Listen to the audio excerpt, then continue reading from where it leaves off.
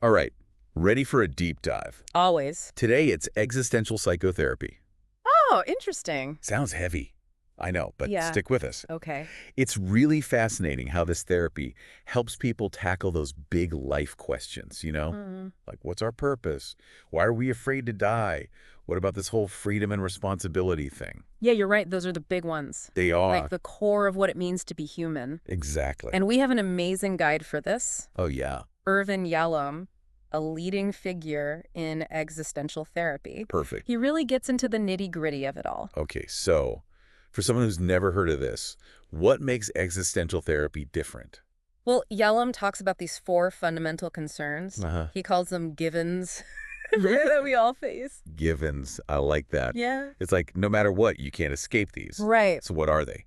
The first one is death. Okay, not exactly a light topic, No, not at all. but I guess that makes sense. It's a big one, right? The anxiety of knowing our time is limited. Yeah, even if we don't talk about it a lot, Yeah. that awareness is always kind of there. Right, under the surface. Exactly. And that leads right into the second one, freedom. Okay. We have all these choices, which is amazing, but it comes with a burden, responsibility. Oh, I can see that. That can be really tough for some people. Yeah, sometimes having too many choices just makes it harder to choose. Exactly. It's like you're free, but Yeah. then you feel all this pressure to make the right choice. Exactly, that's it. Okay, what's next? Isolation. Ugh, another tough one. We all want connection, Right. but Yalom argues there's this fundamental aloneness to life. Interesting. We each experience things so uniquely that real connection can feel almost impossible.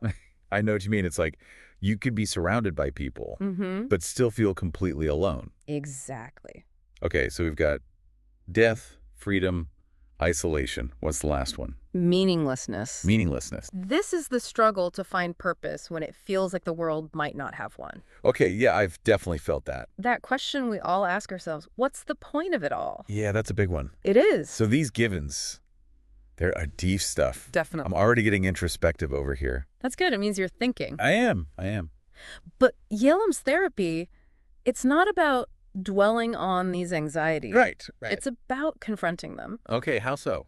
Take death anxiety instead of avoiding it. Yeah. He helps people explore what it means to live a good life, a fulfilling life, knowing that death is out there. So not pretending death doesn't exist, but letting that knowledge shape how you live. Exactly. That's powerful. And when it comes to freedom and responsibility, his therapy is about making those choices and owning them. Instead of feeling like everything just happens to you, Exactly. it's about being in control, Right. which honestly is a little scary, but also kind of exciting. It is, yeah, it is. Okay, what about isolation? How do you overcome that? Yalom really pushes the importance of real relationships. Okay. And he's a big believer in the power of group therapy for that, That makes sense. to combat that isolation. I can see how being in a group with people who get it would be really helpful. Mm-hmm. That shared experience. Yeah, it normalizes those struggles. And finally, meaninglessness. Right, that nagging feeling that nothing matters. Yalom encourages people to find their own meaning. Their own meaning. It's not about some external purpose. Okay. It's about creating meaning in your own life. So it could be relationships or work or creative stuff or whatever, as long as it resonates with you. Exactly. Exactly. One thing I'm noticing is how Yalom combines existentialism with humanistic ideas. You're right. He did. It feels like a more balanced approach. Definitely. So what does that look like in therapy? How do those two philosophies work together? Well, first, Yalom believes in building a strong relationship with the client, Okay, yeah, that's where important. the therapist is more of a guide than an expert. Right, because if you're exploring these really deep things, you need to feel safe. Absolutely safe and understood. Exactly. And like humanists, Yalom focuses on the here and now. Okay, so present experiences and feelings. Yeah, not dwelling on the past or worrying about the future. Just fully engaging with life as it is. Right now. With all the good and bad. Yes.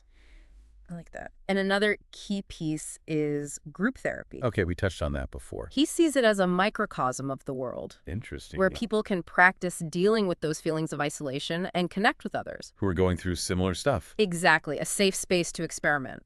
Okay, I'm really starting to get the big picture here. Great. But I'm also wondering how this translates into real life situations. Sure. How does this therapy actually help people? Well, let's say someone is going through a major change, Okay. like a career change, a serious illness, or losing someone close to them. Those are tough. They are. And I bet that's when those givens we talked about, they feel even more intense. They absolutely do. Those questions come to the forefront. So how does Yalom's therapy help? It helps people process those really intense feelings, Okay. find meaning in the midst of all the chaos, and move forward in a way that feels authentic to them. And I imagine this would be really helpful for people facing, end-of-life situations. It is. When those big questions about death and meaning are unavoidable. Exactly. And Yalom has worked a lot with people in those situations, Wow. helping them deal with the fear of death and find peace. That must be incredibly powerful. And of course, we've talked about group therapy. Right, how that can help with isolation. It's such a unique setting for exploring those feelings. Yeah. Getting that feedback and support from others. It sounds transformative. It can be. Okay, so for anyone listening who wants to dig deeper into Yalom's work, what would you recommend? Well, he's written a lot. Yeah, he has. But his most well-known is probably Existential Psychotherapy. It lays out the foundations of his approach. That's a good place to start, And there's also the theory and practice of group psychotherapy. if you're interested in that side of things. Right. And then there's Love's Executioner, Okay. which is a collection of case studies. Oh, interesting. If you're curious about how his therapy works in the real world, I like those. It's always helpful to see how the ideas actually play out. it is. Okay, so we've covered a lot of ground here. We have. Those 4 existential concerns, Yalom's strategies, how he mixes in humanism. What would you say are the key takeaways so far? I think the biggest takeaway is that this therapy, it's not about giving you rules or telling you how to live. Okay. It's about giving you the tools to face those big questions, find your own meaning, and embrace the freedom and responsibility that comes with being human. It's about navigating those givens we talked about Right. and finding a way to live authentically. Exactly. Before we move on, Yes. I was hoping you'd have one of your thought-provoking questions for our listener. Awesome. If you had to define your own personal meaning in life, Okay. what would it be? What do you want to be remembered for? Wow, that's a good one. It's something to think about. Take some time with that one. I know this is deep stuff, It is. but I actually feel kind of hopeful. Yeah, I get that. Like, there's something liberating about facing these existential realities. But it's about acknowledging them. Yeah, and then choosing to live a meaningful life anyway. Right, despite those realities. Exactly. Embracing the complexities of life and finding your own path. Well said. Now, ready to explore group therapy a bit more. Absolutely. Let's do it. Okay, so group therapy. Yeah. Seems like a pretty interesting way to explore these existential themes. It is. It really is. And Yeah, you know how we talked about isolation being one of those big existential concerns? right. That feeling of being alone. Well, group therapy kind of flips that on its head. How so? It creates this space where people can actually share those deep fears and anxieties. And realize they're not alone. Exactly. It's like when you finally open up to someone about something you've been holding in, and they're like, me too. Yes. That relief, that connection. Yeah, it's so powerful. And in group therapy, you're getting that from a whole group of people. Wow. People who are wrestling with those same big questions. It's like a shared humanity. It is. Okay, so how does a typical session work? What do people actually talk about? Well, think of the group as a mini version of the world. Oh, It's this dynamic space where all those complex relationships and struggles play out. so lots of different conversations happening. Yeah, but they often come back to those 4 givens. Death, freedom, isolation, meaninglessness. Exactly. Can you give me an example, like how one of those givens might show up? Sure, imagine someone in the group lost a parent. Okay, that's a big one. It is, and that grief might trigger anxiety about their own death for other members. Makes sense. Or maybe someone's struggling with a big decision. About work or relationships. Exactly, and that could lead to a discussion about freedom and responsibility. All those choices. Yeah, and the weight of those choices. I bet those shared experiences lead to some pretty deep insights. They do, for the person sharing and for everyone else in the group. It's like everyone learns from each other. Right, and the group itself becomes this therapeutic force. Okay, interesting. Yalom calls this the corrective emotional experience. A corrective emotional experience. Yeah. It's kind of a mouthful. It is. What does it mean, though? It means that the group provides this unique environment Right. where people can actually practice relating to others in new ways. So trying out different behaviors. Exactly, being more vulnerable. And learning more about themselves in the process. Right, and because it reflects the outside world, those insights can be applied to other relationships too. So it's like a testing ground for personal growth. Exactly. I love that. It's a powerful concept. We touched on end-of-life counseling earlier, and this seems like another area where Yalom's work is really important. It is. Facing death is something we tend to avoid. Yeah, it's scary. But Yalom's approach helps people go through these experiences with courage and grace. I guess we're so used to fearing death, Right. pushing it away. But Yalom, he doesn't shy away from it. Okay. He believes that acknowledging our mortality is essential for living a good life. So instead of denying it, you learn to accept it That's the key. and find peace with it, Exactly. And this is especially important when someone is facing a terminal illness. or nearing the end of their life. Right. He encourages his clients to explore their feelings. About death. Yeah, process their grief, their anger, and find acceptance. That must be so challenging. It is, but he's there to guide them through it. So how does he do that? What techniques does he use? One of the most powerful things is helping people find meaning. Even when facing death. Exactly. He guides them to reflect on their lives. What's been important? Exactly, and how they want to be remembered. So it's not just about accepting that you're dying. No. It's about making the most of the time you have left. Yes, and that can look different for everyone. Okay. It might be mending relationships, expressing gratitude. Pursuing a passion. Right, or just enjoying simple things. It's about finding purpose and connection. Even as you're approaching the end. Wow, that's powerful. It is. It's easy to get focused on the heavy stuff. Yeah, the existential anxieties. But Yalom brings in that humanism too. Right, that compassion and respect. You mentioned the therapist is a fellow traveler earlier. Oh, yeah. I like that phrase. It's a good one. What does that mean exactly? Yalom believes that the therapist isn't some all-knowing expert. Okay. They're more like a companion on the journey. Walking alongside the client. Exactly, offering support and empathy. And acknowledging that they're human too. Yes, we're all in this together. That's a great reminder. It is. So, for our listeners who want to learn more, Mm-hmm. any books or articles you'd recommend? Okay, what are your top picks? Well, Existential Psychotherapy is his main one. Yeah. It lays out all the core ideas. Good starting point. And for group therapy specifically, there's The Theory and Practice of Group Psychotherapy. Another mouthful. It is, but it's essential reading if you're interested in that. Got it. And then Love's Executioner, those case studies. Right. Seeing the ideas in action. Exactly. It's really helpful. Okay, so as we wrap up this part, Yeah. what's resonating most with you? What's been most insightful? For me, it's that emphasis on meaning making. Oh, yeah. That we have the power to create our own meaning no matter what. Even when things are tough. Exactly. It's incredibly empowering. And it can come from anywhere. Right. Relationships, creativity, service, anything. As long as it feels meaningful to you. That's the key. It's personal. I also really like that idea of the therapist as a fellow traveler. Mm-hmm. That shared humanity. Yeah, that makes the therapy feel more collaborative. Definitely. You know, when we started talking about existential therapy, Yeah. I was a little intimidated. That can feel heavy. But exploring Yalom's work, it's actually been pretty uplifting.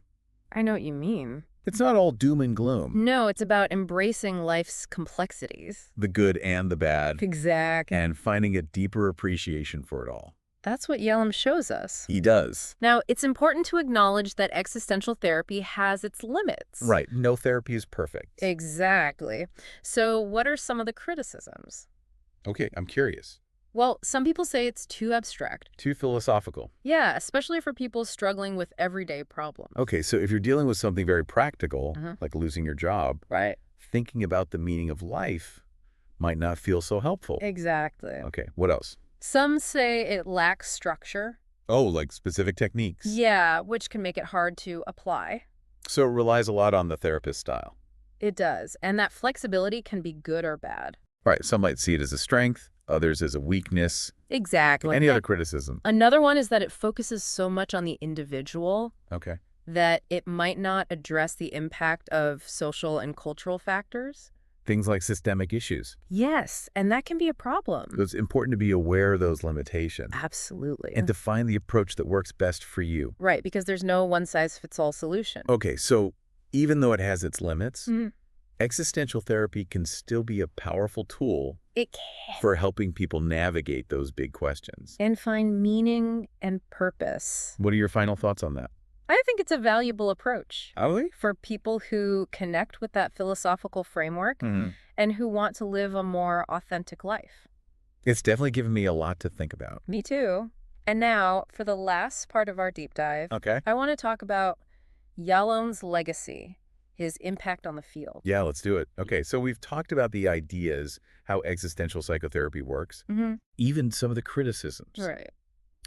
Now, I'm really curious about Yalom's legacy. Yeah. How has he changed the way we think about therapy? His impact is huge, really undeniable. Yeah. I mean, he brought those existential concerns into mainstream therapy, made it less intimidating, you know? I can see that. Like, before him, these big questions, they weren't always considered, like, legitimate problems in therapy. That makes sense. Traditional therapy often focuses on symptoms or diagnoses. Right. But Yalom's saying those deeper questions about meaning, isolation, even death. It's all valid. They can cause real distress. Absolutely. And he doesn't just validate them. No. He gives you a way to work through them. Right, that blend of existentialism and humanism. Exactly. The philosophy with a human touch. It's not about dwelling on the negative. Yeah. It's about finding meaning, making choices, even when things are tough. Yes, that's the heart of it. He's given us a new language for these universal experiences. The anxiety, the search for meaning, even death. And he does it with such compassion. It's amazing. You know, I used to think existentialism was all doom and gloom. Me too, before this deep dive. But it's about embracing the complexity of life. Yeah, all of it, the light and the shadow. That's what makes his work so powerful. He's not giving you answers or telling you how to live. It's about asking the questions. Right. And finding your own meaning in this crazy world. He's giving us permission to explore those things we usually avoid. Yeah, the big mysteries. Exactly. And by facing them, we open ourselves up to growth, maybe even joy. It's like he's saying, life is messy, it's finite, and there might not be inherent meaning, Yeah. but you have the freedom to create your own. Exactly. I love that. It's empowering. And even if someone's not into therapy, Yalom's work offers a lot to think about. It does. It encourages reflection, real connection with others. And being present. It's all valuable stuff. His writings are full of wisdom. They are. Applicable to so many areas of life. Relationships, work, personal growth. And that emphasis on personal responsibility. Right. That we have the power to choose how we react to challenges. It's a big part of his legacy. Yeah, we might face loss, uncertainty. But we can still find meaning. And connect with others. And make choices that reflect our values. I think that sums it up perfectly. If you could leave our listeners with one final thought, what would it be? Embrace the questions. Okay. Don't shy away from the big stuff. Let yourself feel it all, even the uncomfortable emotions. That's a good one. And remember, you're not alone in this. We're all figuring it out together. This deep dive has been amazing, challenging, and rewarding. It has. I feel like I understand myself and the world a little better now. Me too. It's been a pleasure exploring these ideas with you. And to all our listeners, thank you for joining us. Yeah, thanks for diving in. We hope this deep dive sparked some curiosity, maybe challenged some of your thoughts, and inspired you to embrace those big existential questions. With courage and an open heart. Exactly, that's what it's all about.